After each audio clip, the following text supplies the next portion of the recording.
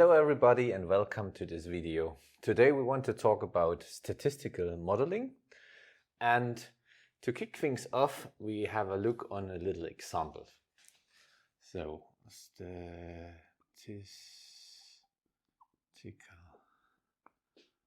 modeling approach.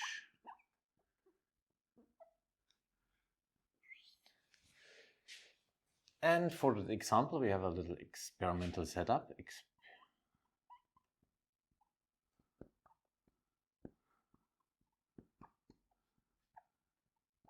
Which is constructed from a tank.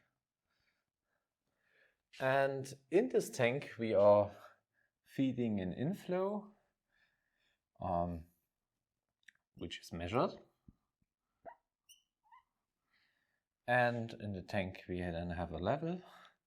This level is also measured.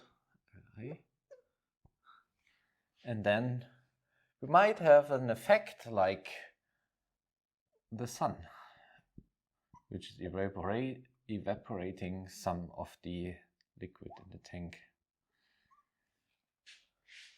And for an experiment we can assume that volume flow into the tank is set constant, and after a certain time we say we want to know what the level is.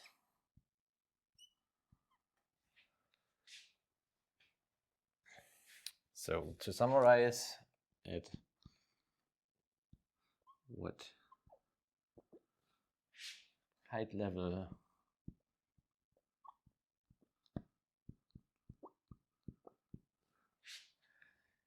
is underwater after time TF. So this is the time we take to feed for a given and constant water inflow. V dot in.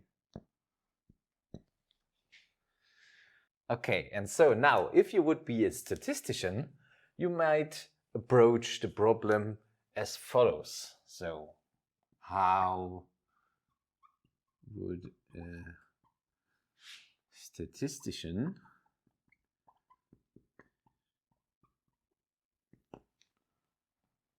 answer the question?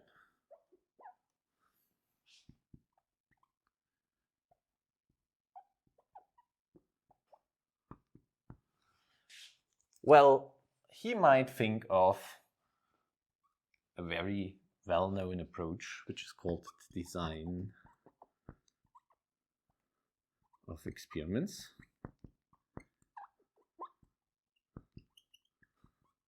In short, would be called DOE. And he might use some well-known model, which is called response surface model. So with response surface model. So RSM. And with this approach you have a systematic workflow,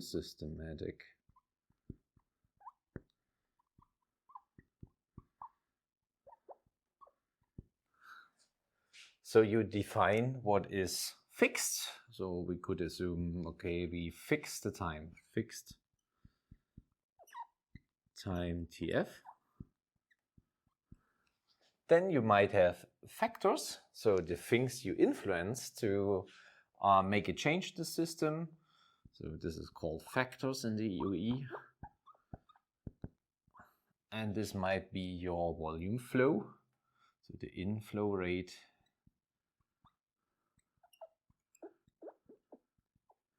V dot in. And you might have a response, which is your level L. So, and the response surface model is a data-driven model. So, data-driven model.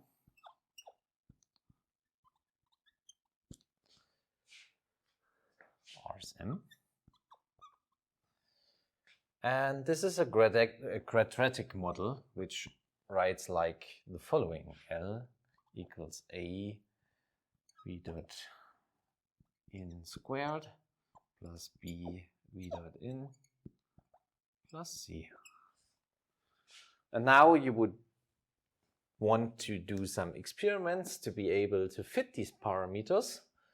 And the issue you might find is that you have 3 parameters, which means that you at least have to measure the system after 3 different experiments, which could then look like the following. You have a level, you have set v dot in for a fixed time, and then you might get some points like that one, and maybe that one, and might assume a curve with the response surface model, which is quadratic, that could look like this.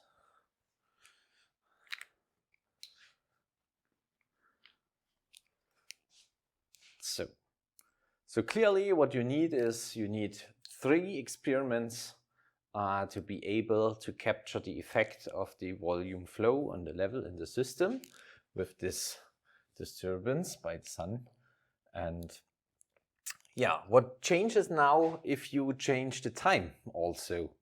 With the response surface model, you would have again 2 additional parameters for the quadratic term of TF and a linear term of TF, and then you might have also interactions.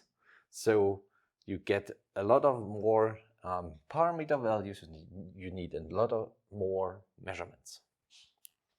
And that's that for this video, and I see you in the next one.